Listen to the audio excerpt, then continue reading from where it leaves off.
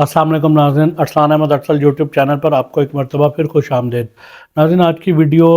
مختلف ہے۔ اس میں ایک بہت اہم سلسلہ اور مسئلہ جو اس وقت محفل نعت میں بہت زیر بحث ہے، اس پر بات کرنی ہے۔ محفل نعت میں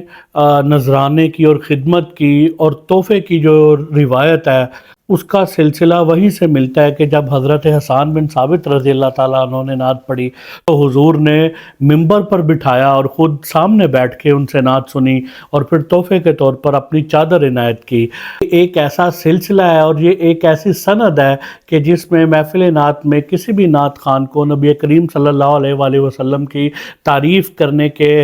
حوالے سے اور اس کو انعام کے طور پر نذرانہ دینا، تحفہ دینا، اس کی خدمت کرنی، جس کو بہت اہمیت حاصل ہے محفل نعت کا، یہ بہت اہم جزو ہے۔ تو اس کی سند جو ہے وہ وہیں سے ملتی ہے اور عام طور پر علماء اکرام اور نعت خوانان حضرات وہیں سے لیتے ہیں کہ جب حضرت حسان نے نعت پڑھی تھی تو حضور نے بھی ان کو تحفہ عنایت کیا تھا، لہٰذا یہ ایک اس میں کوئی ایسی قباحت نہیں ہے اور بلا شبہ نہیں ہے۔ لیکن گزشتہ ربع صدی سے تقریباً محفل نعت میں یہ جو سلسلہ ہے خدمت کا اور نذرانے کا، جہاں اس میں دیگر حوالوں سے بہت سارے مسائل آئے، وہیں پر نذرانے کے حوالے سے بھی مسائل آئے۔ مسائل اس طرح کیا ہے، دیکھیں جب کوئی شخص کسی جگہ سفر کرتا ہے یا جاتا ہے تو وہ ظاہر اپنا وقت نکال کے جاتا ہے، اس کے معاملات ہوتے ہیں اور اس نے وہ سارا کچھ کرنا ہوتا ہے، تو اس کی یہ ایک بیسک نیڈ ہے اور یہ ایک بنیادی ایسا کام ہے کہ جو میزبان محفل کو اپنے طور پر کر دینا چاہیے۔ کسی بھی نعت خان کو اس کی ڈیمانڈ کرنے کی ضرورت نہیں پیش آنی چاہیے۔ یہ ایک بنیادی بات ہے کہ جب آپ کسی کو بلائیں، کسی بھی نعت خان کو، عالم دین کو یا قاری قرآن کو، قاری قرآن کی تو سب سے زیادہ کرنی چاہیے۔ بہرحال تو جب آپ ان میں سے کسی کو بھی بلائیں، یہ تین لوگ عام طور پہ بلائے جاتے ہیں، قاری قرآن کو بلایا جاتا ہے اور نعت خان حضرات بلائے جاتے ہیں، پیران عظام بلائے جاتے ہیں اور خطاب کے لیے بھی بلایا جاتا ہے، نقیب محفل کو بلایا جاتا ہے۔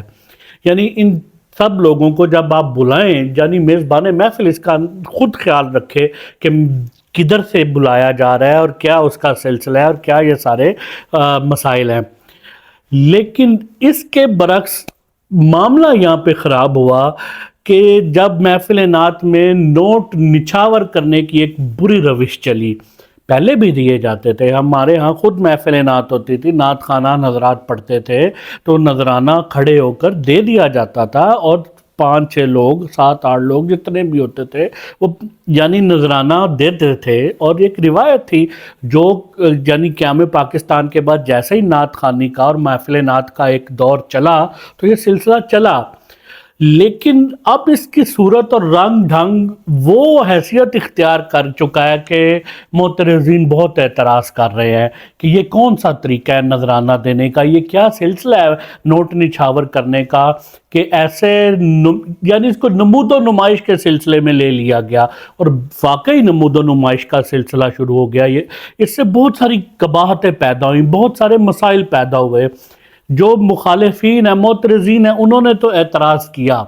جو سنجیدہ لوگ تھے محفل نعت کے، جو درد دل رکھنے والے لوگ تھے، جو محفل نعت کی دوسری چیزوں سے یعنی ان کا دل ٹوٹا اور ان کے دل مغموم ہوئے، اس سلسلے سے بھی ان کے دل بہت خراب ہوئے۔ یعنی جس شخص کے پاس اس وقت صورتحال یہ ہے محفل نعت میں کہ جس شخص کے پاس نوٹوں کی یعنی ایک بہت بھرمار ہے اور نوٹ بھی بڑے والے ہیں، تو وہ جو آگے بیٹھا ہوگا 5-7 لوگ، بس وہی محفل کی صدارت بھی کر رہے ہیں، وہی محفل کی یعنی رونق بھی ہیں، صاحب محفل بھی ہیں، مطلب وہ سارا کچھ وہی ہیں۔ اگر کوئی صاحب دل آدمی، کوئی درد دل رکھنے والا شخص محفل نعت میں موجود ہے لیکن وہ یہ سارا کچھ نہیں کر سکتا تو اس کو پیچھے بٹھا دیا جاتا ہے، وہ کوئی ڈیوٹیوں میں بیٹھا ہوتا ہے جا کے بیچارہ۔ یہ اس کا بہت بڑا نقصان ہوا ہے۔ نوٹ جس طریقے سے نچھاور ہو رہے ہوتے ہیں، پھینکے جا رہے ہوتے ہیں، تو پھر ہمارے جو مفتیان کرام اس پر جو لفظ بولتے ہیں اور جو بات کرتے ہیں، پیر نصیر الدین نصیر صاحب نے اس پر بڑی سخت بات کی اور بہت سارے لوگوں نے اس پر بات کی کہ آپ یہ کیا طریقہ اختیار کیا ہوا، آپ نے یہ کیسے نوٹ آپ نچھاور کرتے ہیں؟ آپ نے خدمت کرنی ہے، آپ کسی بھی جو مسند نشین ہیں یعنی کوئی پیر صاحب موجود ہیں یا عالم دین موجود ہیں،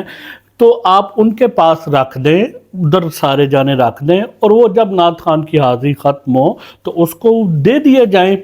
اس آپ کی جو مقصد ہے خدمت کا وہ بھی پورا ہو جائے اور یہ تماشا بھی نہ بنے۔ لیکن بدقسمتی سے اتنا تماشا بن گیا اور اب بگاڑ اتنا پیدا ہو گیا، کچھ نعت خوانان حضرات میں بھی لالچ آیا اور بہت برے طریقے کا لالچ آیا کہ جیسے ہی جب تک ایسے نوٹ نچھاور نہ کیے جائیں وہ میزبان محفل سے لڑتے ہیں، بعد میں لڑائیاں کرتے ہیں، اور اتنی زیادہ یعنی ڈیمانڈ ایسی کر دیتے ہیں، لاکھوں روپے ایک محفل میں آنے کے 4 5 5 لاکھ روپے مانگ لیتے ہیں اور کچھ پہلے منگوا لیتے ہیں۔ یعنی اب یہ اتنا بڑا یہ بھی ایک بگاڑ پیدا ہو چکا ہے کہ وہ ناسور کی طرح پھیل گیا ہے۔ یعنی اس کو بھی ختم کرنے کی ضرورت ہے، اس پر احتیاط کرنے کی ضرورت ہے۔ میں نے پہلے کہا کہ یہ خیال میزبان محفل کو خود کرنا چاہیے کہ آپ کس شخص کو کہاں سے بلا رہے ہیں، اس کے معاملات ہے، اس کے مطابق آپ اسے ڈیل کریں۔ اور جو بھی سلسلہ ہے، نعت خوانان حضرات بھی میزبان محفل کا بعض اوقات بہت برے طریقے سے امتحان لیتے ہیں۔ پہلے آپ کے سیکٹری حضرات جو ہے وہ آپ کے اکاؤنٹ میں پیسے منگواتے ہیں، آپ وعدہ خلافی کر جاتے ہیں، اور بہت سارے ایسے معاملات ہو جاتے ہیں کہ یوٹیوب بھری پڑی ہے ان ویڈیو سے جو اس بات پر اعتراض کر رہے ہیں کہ یہ اس طرح نوٹ، یا پھر میں وہ لفظ استعمال نہیں کرنا چاہتا جو بہت وہ لوگ کرتے ہیں کہ یا وہاں نچھاور ہوتے ہیں یا نعت خانوں پر نچھاور کیے جا رہے ہیں، اتنے برے طریقے سے اس بات کو یعنی ڈسکس کیا جاتا ہے۔ خدا را احتیاط کریں۔ میزبان محفل سے بھی گزارش ہے کہ آپ کو اللہ تعالیٰ نے دیا ہے، آپ ضرور دیں، آپ کا جتنا شوق ہے آپ دیں، لیکن طریقے سے دیں، اس کا ایک رخ بنائیں۔ اور اس چیز کو اب بہت ہائی لائٹ کیا جا رہا ہے، بہت زیادہ اس پر بات کی جا رہی ہے، بس کر دیں۔ اس بات کو بھی ایک سلیقے اور طریقے میں لے آئیں کہ آپ نے جو دینا ہے ایک سائڈ پہ رکھ دیں۔ عالم دین جو ہم موجود ہیں یا پیر صاحب موجود ہیں، اور اگر نہیں ہے تو پھر بھی ایک ایسا کوئی کارنر بنا لیں۔ سارے پاکستان کے جو میزبانان محفل ہیں، یعنی جو بڑی بڑی محافل نعت منعقد کرواتے ہیں، خاص طور پہ وہ یا جہاں بھی محفل نعت منعقد ہوتی ہے، ایسے ہاتھوں سے نچھاور کرنے کی بجائے یا دیگر حوالوں سے پھینکنے کی بجائے یہ بہت برا لگتا ہے، اور جو سنجیدہ لوگ ہیں ان کے دل ٹوٹتے ہیں۔ پھر ایسی باتیں تب ہوتی ہیں کہ ایک نعت خان لاکھوں روپے لے جاتا ہے، اس سے اچھا آپ غریب کی شادی کر دیتے، اس سے اچھا آپ یہ کر دیتے، اس سے اچھا آپ یہ کر دیتے، عمرے کے ٹکٹ پہ آپ نے یہ لگا دیا، یہ کر دیا، جہیز دے دیے۔ آپ یہ بات چھپ کے بھی تو کر سکتے تھے، تماشے کرنے کی کیا ضرورت تھی؟ یہ ساری باتیں تب ہوتی ہیں جب آپ کوئی کام کسی بگاڑ کی شکل میں کرتے ہیں، اور یہ بگاڑ اتنا زیادہ تھا کہ اس پر بات کرنا ضروری تھی کہ آپ محفل نعت کا اور سنجیدہ ماحول بنائیں، ہر حوالے سے، سننے کے حوالے سے، پڑھنے کے حوالے سے۔ اس ویڈیو میں بات کرنے کا مقصد یہ تھا کہ محفل نعت میں آپ نقیب محفل کی، قاری قرآن کی، یعنی جو قاری ہیں جو تلاوت کرتے ہیں، اور جو